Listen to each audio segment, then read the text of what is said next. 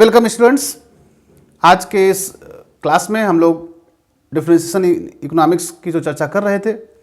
पिछले वीडियो में हम लोगों ने देखा था कि अर्थशास्त्र में अवकलन का क्या उपयोग है। उस संदर्भ में हम लोगों ने कुछ सामान्य मूलभूत अवकलन के सूत्रों की बात किया था। ऐसे फलन की बात किया था जिसमें व्यंजक के रूप जो व्यंजक दिए गए हैं, जो अलग पद हैं, वह या तो फिर योग के रूप में है या फिर सब्सट्रैक्शन के रूप में है। जैसे y बराबर x square plus 3x plus 10, इसमें तीनों पद योग के रूप में लिखे गए हैं। y स्क्वायर बराबर x cube plus 3x plus 10, इसमें भी प्लस के रूप में है। y बराबर e to power x plus log x minus 7, दो पद प्लस के रूप में, एक पद माइनस के रूप में है।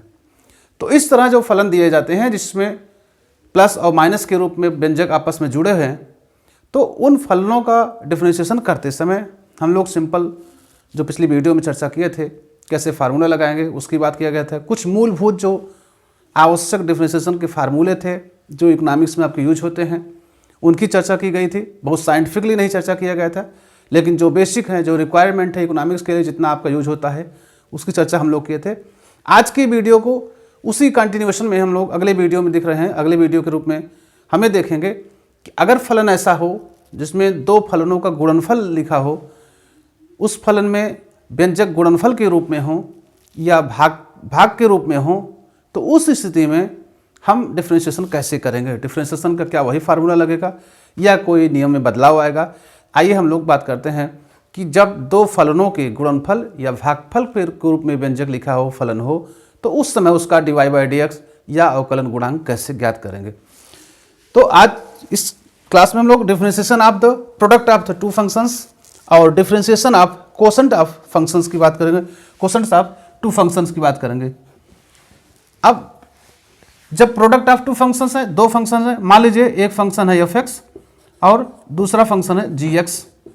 अब कोई एक फलन है y = f(x) × g(x), ये फर्स्ट फंक्शन है, ये सेकंड फंक्शन है, दो फलनों के गुणनफल के रूप में लिखा गया है। तो ऐसे फलन y का अगर हम dy बाई dx करेंगे, अगर इसका d बटे dx हम करेंगे इस y का, तो जो हमारा फार्मूला हो जाएगा वह कैसे लगेगा, इसको हम लोग देखते हैं। आपको जो फलन दिया है y, वह एक फलन, एक पद यहाँ पर है, दूसरा पद यहाँ, दोनों गुणनफल के रूप में है। तो जो पहला फलन है उसको हम फर्स्ट फंक्शन कहेंगे और जो दूसरा है g(x) उसको हम सेकंड फंक्शन कहेंगे।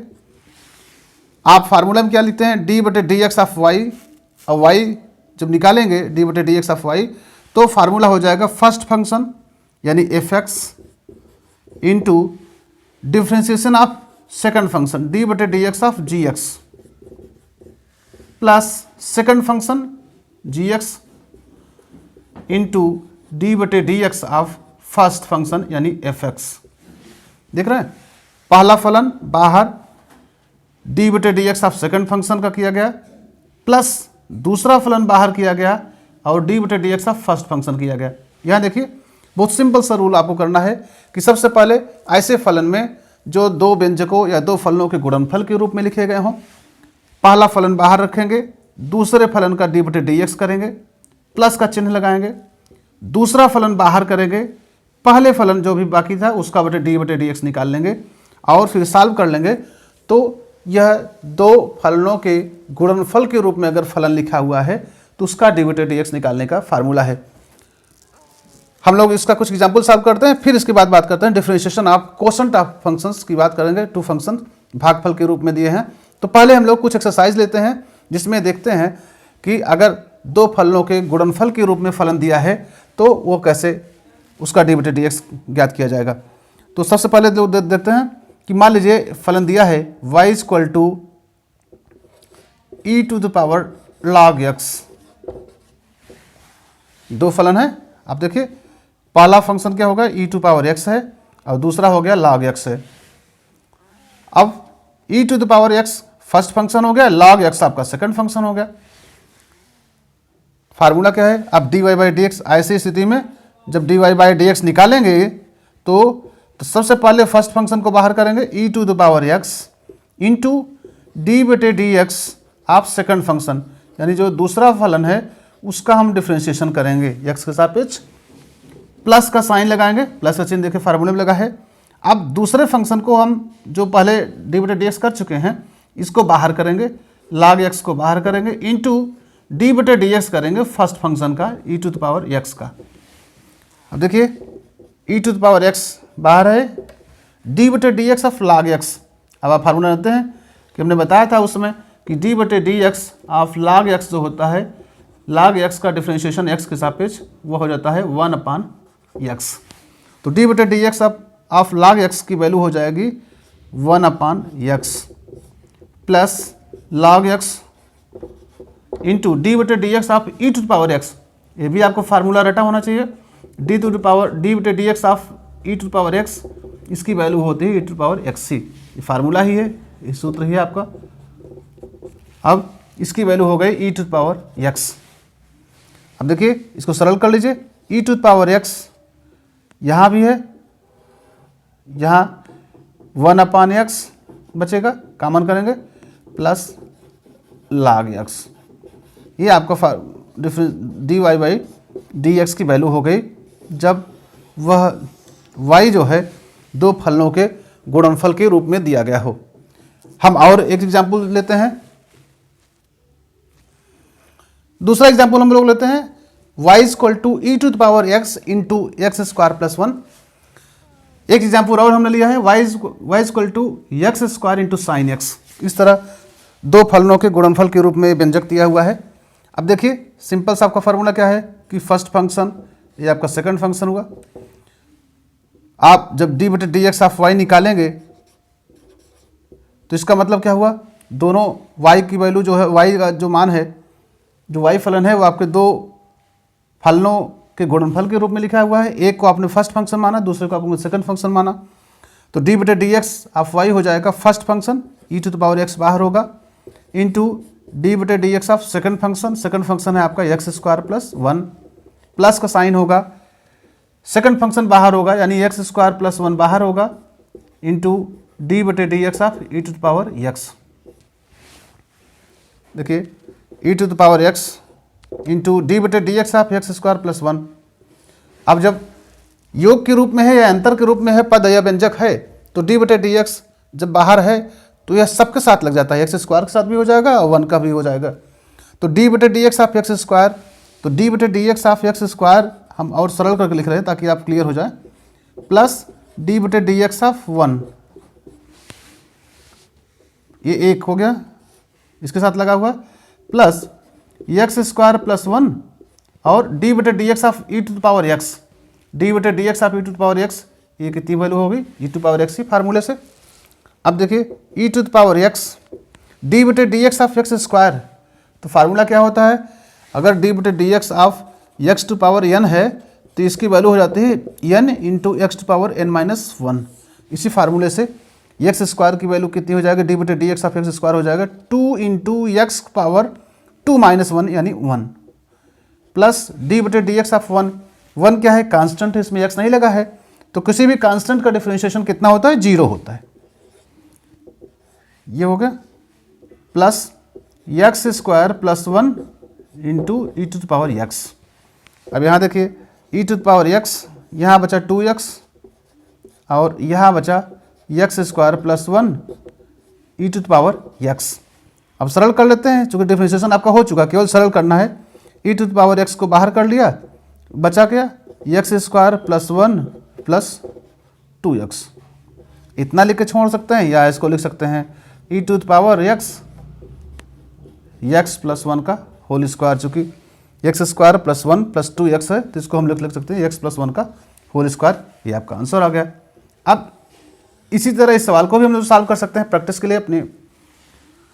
देखिए y बराबर लिखा है x square into sine x, यहाँ भी देखिए फर्स्ट फंक्शन, ये सेकंड फंक्शन हो गया आपका।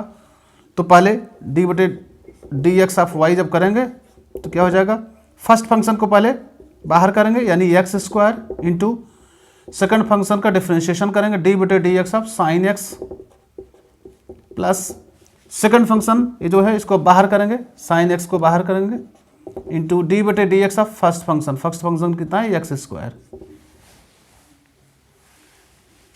बराबर देखिए एक्स स्क्वायर डी बटे D x of sine x, इसकी वैल्यू हो जाती है cos x plus sine x बाहर करेंगे, बाहर है ही डी बटे D x of x square, इसकी वैल्यू हो जाएगी 2x, एक्स पावर n वाले फार्मूले से n into x power n minus one, तो 2 बाहर होगा, 2 into x power 2 minus one यानी 2 इंटू एक्स अर्थात 2x। ये हो जाएगा x square cos x plus 2x sine x. आप चाहें तो यहाँ x कॉमन भी कर लेंगे, तो इसकी वैल्यू हो जाएगी x cos x plus 2 sine x. ये हो गया dy बाई डी एक्स की वैल्यू। तो इस तरह हम लोग देख रहे हैं कि अगर दो पदों या दो फलनों के गुणनफल के रूप में कोई फलन दिया हुआ है तो उसका डी बटे डी एक्स हम कैसे ज्ञात करते हैं। दोनों फलनों को बारी बारी से डिफ्रेंशिएट करते हैं। सबसे पहले एक फलन को फर्स्ट मानेंगे, दूसरे फलन को सेकंड नंबर दे देंगे, फर्स्ट को बाहर करेंगे, सेकंड का डिफ्रेंशिएशन करेंगे। देखिए एफ एक्स इंटू डी बटे D x of second function, plus का साइन लगाएंगे, सेकंड फंक्शन को बाहर करेंगे और डी बटे D x of first function कर देंगे और सरल कर लेंगे। इस तरह आपका दो पदों के या दो फलनों के गुणनफल वाले फलन का डी बटे डी एक्स आप ज्ञात कर सकते हैं। अब देखते हैं हम लोग कि अगर दो फलन ऐसे दिए गए हैं जो भागफल के रूप में लिखे गए हैं तो उनका अवकलन हम कैसे ज्ञात करेंगे। यानी y बराबर इस तरह लिखा हुआ है F X upon G X. इसके पहले हम लोग देख रहे थे तो y equal to F X into G X था, गुणनफल के रूप में था। अब जो आपको दो फलन दिए गए हैं वो भागफल के रूप में हैं, अंश और हर जिसको हम लोग बोलते हैं, तो इस रूप में है। तो इस रूप में अगर लिखे गए हैं तो हम कैसे उनका डिफ्रेंशिएशन करेंगे। तो पहले हम लोग फार्मूला समझ लेते हैं। फार्मूला क्या है, अगर दो फलन इस तरह भागफल के रूप में लिखे गए हों तो उनका अवकलन ज्ञात करते समय क्या करते हैं फार्मूला, जब उनका D Y by D X निकालेंगे तो इसमें लिखेंगे हर, ये जो आपका जी एक्स है, इंटू डी बटे डी एक्स ऑफ अंश माइनस अंश इंटू डी बटे डी एक्स ऑफ हर अपान जो हर है आपका लिखा गया उसका स्क्वायर कर दें। हर इंटू डी बटे डी एक्स ऑफ अंश माइनस अंश इंटू डी बटे डी एक्स ऑफ हर अपान हर का स्क्वायर। यानी सबसे पहले हर लिखेंगे, नीचे वाले फलन जी एक्स इंटू डी बटे D x of F x करेंगे, फिर माइनस का साइन लगाएंगे, अंश को लिखेंगे, डी बटे डी एक्स ऑफ हर करेंगे। ध्यान रखिएगा जब लोग गुणनफल के बारे में बात कर रहे थे तो एक फलन को बाहर कर रहे थे, सेकंड का डेरिवेशन कर रहे थे, डी बटे डी एक्स कर रहे थे, प्लस का साइन लगा रहे थे। लेकिन यहाँ पे जब भागफल होगा तो यहाँ माइनस का साइन लगाएगा। तो एक बार हर को सबसे पहले बाहर करेंगे, अंश का डिफ्रेंशिएशन करेंगे, माइनस साइन लगाएंगे, अंश को बाहर करेंगे, हर का डिफ्रेंशिएशन करेंगे। एक एक्स्ट्रा चीज़ करना है, बटे में हर का स्क्वायर हो जाएगा। अब देखिए एक सवाल हम लोग ले लेते हैं। जैसे मान लीजिए सपोज करिए y इक्वल टू है 1/4x माइनस 5, ये फलन दिया हुआ है। अब इसका डी बटे डी एक्स निकालना है तो हम कैसे करेंगे, जब इसका D Y by D X निकालना होगा तो इसका मतलब क्या है, एक फलन है, एक 4x माइनस 5 है, दूसरा फलन है, ये हर हो गया, ये अंश हो गया। तो इसका डी बटे डी एक्स कैसे निकलेगा, हर, तो देखा फार्मूला लिखा हर, तो हर कितना है 4x माइनस 5 इंटू डी बटे डी एक्स ऑफ अंश, अंश कितना है 1, तो डी बटे डी एक्स ऑफ 1 माइनस अंश, अंश कितना है 1 इंटू डी बटे डी एक्स ऑफ हर, हर कितना है 4x माइनस 5 अपान हर का स्क्वायर, हर कितना है 4x माइनस 5 का स्क्वायर। अब देखिए बराबर नीचे बराबर लगेगा, ये 4x माइनस 5 डी बटे डी एक्स ऑफ 1, 1 क्या है कांस्टेंट है, तो कांस्टेंट का डिफरेंशिएशन कितना हो जाएगा 0 माइनस 1 इंटू 4x माइनस 5 का डिफरेंशिएशन करिए तो 4 के साथ x लगा हुआ है तो x का डिफरेंशिएशन कितना हो जाएगा 1, तो 4 बाहर आ जाएगा, माइनस 5 का डिफरेंशिएशन, 5 क्या है कांस्टेंट है, तो कांस्टेंट टर्म है तो उसका डिफरेंशिएशन जो हो जाएगा 0 अपान 4x माइनस 5 का होल स्क्वायर। इसकी वैल्यू हो गई 4x माइनस 5 इंटू 0 हो गया, तो इसकी वैल्यू हो गई पूरा 0, 0 माइनस यहाँ 4 माइनस 0 यानी 4, 4 का गुणा 1 में होगा 4, 0 माइनस 4 अपान 4x माइनस 5 का होल स्क्वायर, अर्थात 0 माइनस 4 का मतलब -4/4x माइनस 5 का होल स्क्वायर। इसी तरह हम एक एग्जाम्पल और लेकर देख सकते हैं कि मान लीजिए y इक्वल टू है e⁻x अपान x पावर 5 एग्जाम्पल है। अब इसका डिफरेंशिएशन करना है। यहाँ देखिए अंश क्या है, e⁻x है, हर में x पावर 5 है। अब जब इसका d/dx हम निकालेंगे तो सबसे पहले क्या हो जाएगा, हर को लिखेंगे x power 5 into d/dx of अंश, अंश कितना है e⁻x माइनस अंश लिखेंगे यानी e⁻x और d/dx करेंगे हर का यानी x पावर 5 का, बटे में हर का स्क्वायर कर देंगे। हर कितना है x पावर 5, इसका स्क्वायर कर देंगे। अब देखिए x power 5 into d/dx of e⁻x, अभी पिछले सवाल में मैंने लिखा था e⁻x का डिफरेंशिएशन e⁻x ही होता है फार्मूले के हिसाब से, माइनस e⁻x यहाँ बाहर है into d/dx of x power 5, तो x पावर n वाले फार्मूले से n into x power n minus 1, तो x पावर 5 का जो डिफरेंशिएशन हो जाएगा वह हो जाएगा 5 इंटू x पावर 5 माइनस 1 यानी 4 अपॉन x पावर 5 का स्क्वायर कितना हो जाएगा, 25 नहीं होगा। x पावर 5 के स्क्वायर का मतलब है कि x पावर 5 इंटू 2 यानी x पावर 10, अर्थात यहाँ पे हो जाएगा आपका e⁻x into x power 5 minus e⁻x into 5 यहाँ है x पावर 4 अपान x पावर 10। अब देखिए x पावर 4 यहाँ भी है, x पावर 5 है, या e⁻x कॉमन कर सकते हैं, x पावर 4 भी कॉमन हो सकता है, e⁻x कॉमन कर लिया, x पावर 4 भी कॉमन कर लिया। यहाँ कितना बचा, यहाँ बचा केवल x, चूँकि x पावर 4 कॉमन कर लिया तो x बचा, माइनस यहाँ बचा 5 और x पावर 4 कॉमन हो गया, x पावर x कॉमन हो गया अपान x पावर 10।